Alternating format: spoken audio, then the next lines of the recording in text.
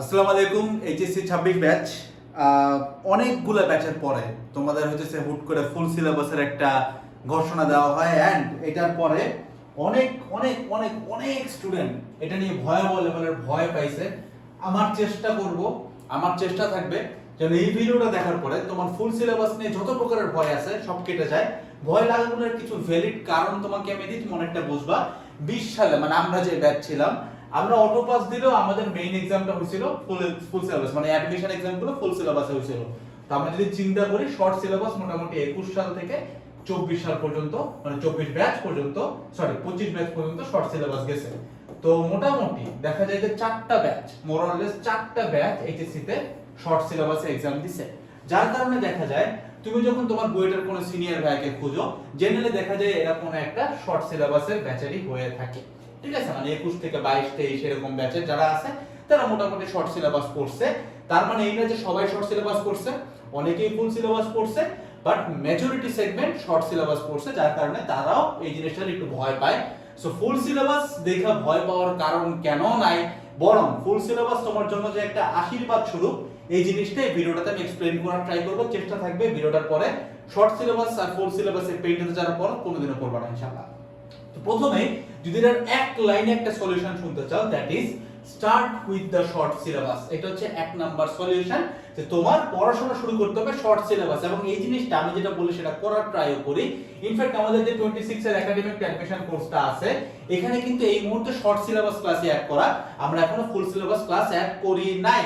Full syllabus class কিন্তু add হবে, কারণ এটা কিন্তু একটা ফুল সিলেবাসের কোর্স, মানে যারা এই কোর্সটা কিনতেছে এটার ভিতরেই ফুল সিলেবাস ক্লাস পাবা। এখানে দেখতেই পাচ্ছ টোটাল 400 প্লাস ক্লাস আছে, যেটার মধ্যে শর্ট সিলেবাসের ক্লাস 250 থেকে 300টার মতো। ঠিক আছে, তো বাকি 150 ক্লাস হচ্ছে ফুল সিলেবাসের। এই ক্লাসগুলো কখন অ্যাড হয়? আমরা ক্লাসগুলো অ্যাড করব হচ্ছে সেপ্টেম্বরের মাঝামাঝি টাইম, মানে সেপ্টেম্বর 15 থেকে অক্টোবরের 1 তারিখের মধ্যে।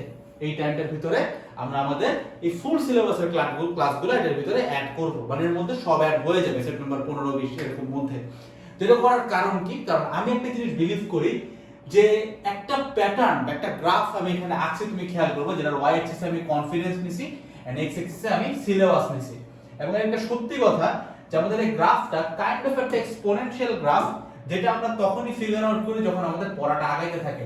তুমি নিজে একটু রিলেট করতে পারবা, প্রথম দিন তুমি যেদিন বই ধরছো, দেখবে পড়তে মন চায় না, মনে হয় কিছুই পারতেছি না, জানা জিনিস পারতেছি না, এরকম একটা কাইন্ড অফ ঘটনা ঘটে। দ্বিতীয় দিন তুমি যখন যাবা, তুমি দেখবা আস্তে আস্তে করে তোমার এই কনফিডেন্সটা গ্রো করতেছে। মানে তোমার সিলেবাস, আমি যদি এক্সএসসি সিলেবাস চিন্তা করি, তোমার সিলেবাস যত কভার হওয়া শুরু করবে, তোমার কনফিডেন্স আস্তে আস্তে তত বাড়তে থাকবে। এবং একটা পর্যায়ে যায় তোমার এই কনফিডেন্সটা কিন্তু একদম টপে চলে যায়, কিন্তু এটা যাইতে সময় লাগে। দ্যাটস ওয়াই তোমাকে এমন জিনিস নিয়ে শুরু করতে হবে যেটার সাথে তোমার প্রিভিয়াস 3-4টা ব্যাচ মোটামুটি কমফোর্টেবল। এটা ধরা অনেক ইজিয়ার। এটা হচ্ছে পয়েন্ট নাম্বার 1, যে start with the short syllabus, যেটা নিয়ে এক্সিস্টিং অনেকগুলো সলিউশন আছে, যেটা নিয়ে এক্সিস্টিং অনেকগুলো ভিডিও আছে, রিসেন্ট ভিডিও আছে। এটা নিয়ে তোমার শুরু করাটা বেস্ট অপশন, যে শর্ট সিলেবাস দিয়ে শুরু করো। এটার ব্যাখ্যা, মানে এই ডিবেটটাতে আমি একটু পরে আসবো যে কেন তোমার শর্ট সিলেবাস দিয়ে শুরু করা উচিত ফুল সিলেবাস পরে। বাট তার আগে আরো কিছু ব্যাখ্যা বলে রাখি যে ফুল সিলেবাস কেন তোমার আরো ভালো জিনিস। আসলে সেকেন্ড পয়েন্ট, আমরা অনেকে মনে করি যে শর্ট সিলেবাস মানে যে 3টা batch, 21 batch, 22 batch, 23 batch, 24 batch, 25 batch, 5টা ব্যাচ, মাই ব্যাচ, 5টা ব্যাচ যে শর্ট সিলেবাসটা পড়ে আসছে, এরা মনে হয় ফুল সিলেবাসের মাত্র 50% পড়ছে। তার মানে আমাদের এখন যেহেতু ফুল সিলেবাস দিচ্ছে, দ্যাট মিন্স আমরা ওদের তুলনায় ডাবল পড়তেছি। বাট ঘটনা কিন্তু এক কথা না। তুমি যদি এখানে একটু খেয়াল করো, আমরা একটু খেয়াল করতেছি ফিজিক্স নিয়ে কথাবার্তা বলতেছি। তো ফিজিক্স ফার্স্ট পেপারের ক্ষেত্রে তোমার শর্ট সিলেবাসে চ্যাপ্টার ছিল কয়টা? 7টা, এবং ফুল সিলেবাসে চ্যাপ্টার যোগ হবে আরো 3টা। খেয়াল করো, শর্ট সিলেবাস কিন্তু অলরেডি তোমার 70% of the whole physics first paper. তার মানে শর্ট সিলেবাস মানে কিন্তু ফুল সিলেবাসের অর্ধেক না। শর্ট সিলেবাস মানে কিন্তু ফুল সিলেবাসের অলমোস্ট 70% বা তারও বেশি। ফিজিক্স সেকেন্ড পেপারের ক্ষেত্রে সেম কাহিনী, দেখো শর্টে আছে 7টা, ফুলে আছে আরো 3টা, টোটাল 10টা। তার মানে ওই ফিজিক্স সেকেন্ড পেপারও শর্ট সিলেবাস যেটা ছিল, মানে আগে যেটা ছিল তোমাদের 25 ব্যাচের কথা যদি চিন্তা করো, ওটা কিন্তু 70% অফ ইট। তো এটা কিন্তু কখনোই 50% অফ দা ফুল সিলেবাস না। তার মানে এই না যে তোমাকে ফুল সিলেবাস দিছে দ্যাট মিন্স তোমার এখন পড়া ডাবল কিন্তু না, এটা কিন্তু জাস্ট 30% বেশি। ঠিক আছে, মানে 30% বেশি পড়ার কারণে তোমার ভালো রেজাল্ট করার চান্স অনেক বেড়ে যাবে। এটা একটু নেক্সটে আসে। দেখো নেক্সট ব্যাপার, জিপিএ 5 এর কাউন্টটা এবার কমবে। জিপিএ 5 এর কাউন্ট কমলে তোমার লাভটা কি? দেখো তুমি যদি মোটামুটি পড়ালেখার নিয়ত রাখো যে ভাই আমি মোটামুটি ইন্টারমিডিয়েট লাইফে মোটামুটি পড়ালেখাগুলো চালায় যাব যেভাবে হোক, এরকম করে যদি পড়ালেখা করে থাকো, জিপিএ 5 নিয়ে তোমার খুব বেশি টানাটানি লাগবে না। তাহলে জিপিএ 5 কমবে বলতে কাদের কমবে? জেনারেলি তুমি দেখবা যখনই একটা ব্যাচকে আমরা শর্ট সিলেবাস দেই তখন দেখা যায় যে এমন কিছু পাবলিক জিপিএ 5 বা গোল্ডেন পাই, ইনফ্যাক্ট আমাদের অটো পাসের সময় যেটা দেখছি যে এইচএসসি তে এত পরিমাণ পোলাপান গোল্ডেন পায়া বসলো কারণ অটো পাস দিল, পরবর্তীতে অ্যাডমিশনে যে জায়গায় করতে পারলো না, অ্যাডমিশনে যায় আমাদের অনেক কষ্ট হয়েছে কারণ কম্পিটিশন অনেক হাই ছিল, সবাই বইটার জন্য এলিজিবল হয়ে গেছে, এত পোলাপান পরীক্ষা দিছে, 4টা শিফট এক্সাম হলো দেন চান্স পাইলাম। সো এই যে শর্ট সিলেবাস বা অটো পাস এই ঘটনাগুলোর জন্য যে জিনিসটা দেখা যায় অনেক মানুষ এসে তোমার ওই বাকেট লিস্ট বা ওই কম্পিটিশনের মধ্যে চলে আসে যারা কোনোদিন একটা বেসিক কম্পিটিশনে তোমার সামনে কাউন্টে আসতো না, এরা কিন্তু তোমার সাথে কম্পিটিশনে সরাসরি কানেক্টেড হয়ে যায়। ঠিক আছে, তো এটা হচ্ছে ব্যাপার যে যখনই দেখবা ফুল সিলেবাস দিয়ে দিছে অটোমেটিক্যালি দেখবা জিপিএ 5 এর নাম্বারটা কমবে, যার কারণে অ্যাডমিশনে যায় তোমার কম্পিটিশনটা কমে যাবে, যেটা একটা ভালো কথা।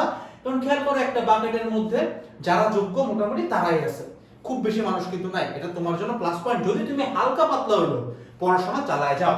এবার সব ফোর্থ থিং রিকোয়ারমেন্টস কমবে, যেটা বললাম যে জেনারেলি দেখা গেছে যে তুমি যদি মোটামুটি 23 ব্যাচের রিকোয়ারমেন্টস দেখো বা 22 ব্যাচের রিকোয়ারমেন্টস দেখো, ফিজিক্স কেমিস্ট্রি ম্যাথে ওয়েট 93% চাইছিল।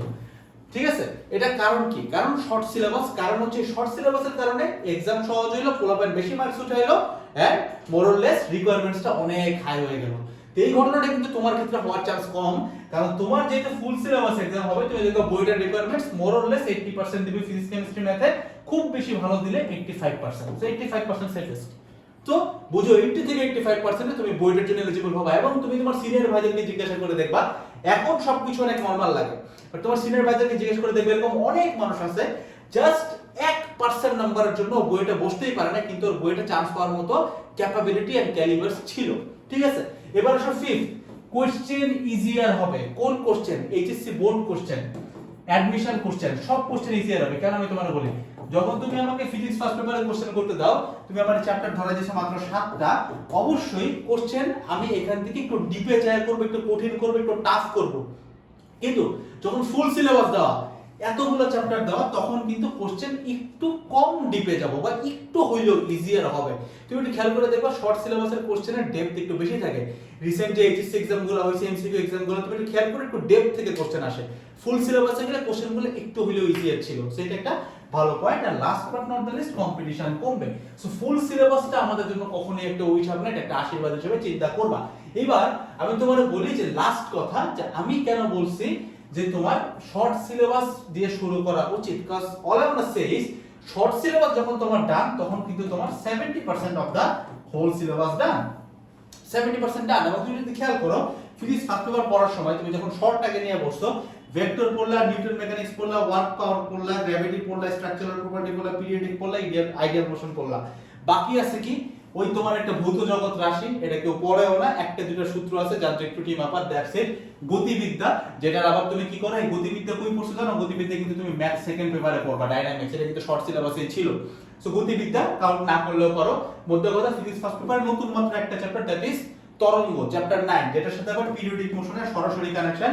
পিরিয়ডিক মোশন পড়লে তরঙ্গের মোটামুটি 70% পড়া হয়ে যায়। তার মানে মাত্র ছোট্ট একটা জিনিস তোমার ফুল সিলেবাসে বাকি থাকে। সেকেন্ড পেপারের দিকে তুমি যদি তাকাও, এখানে ম্যাক্সিমাম চ্যাপ্টার লাইক দেখা হয়েছে তাপগতিবিদ্যা, স্থিরতড়িৎ, চলতড়িৎ, মেইন 3টা চ্যাপ্টার ডান, লাস্টের ছোট ছোট হাবিজাবি চ্যাপ্টারগুলো ডান। বাকি কি আছে? জাস্ট চুম্বকের 2টা চ্যাপ্টার, যেটার মধ্যে চ্যাপ্টার 5 একটা দুধভাত চ্যাপ্টার, চ্যাপ্টার 4 পড়লেই 5 পারা যায়, আর চ্যাপ্টার 6 কিন্তু অনেকটা 9 10 থেকে ডিরাইভ করা, জাস্ট হালকা কিছু নতুন জিনিসপত্র তুমি পাবা। সো শর্ট হইলেই কিন্তু ফুল হয়ে যায়।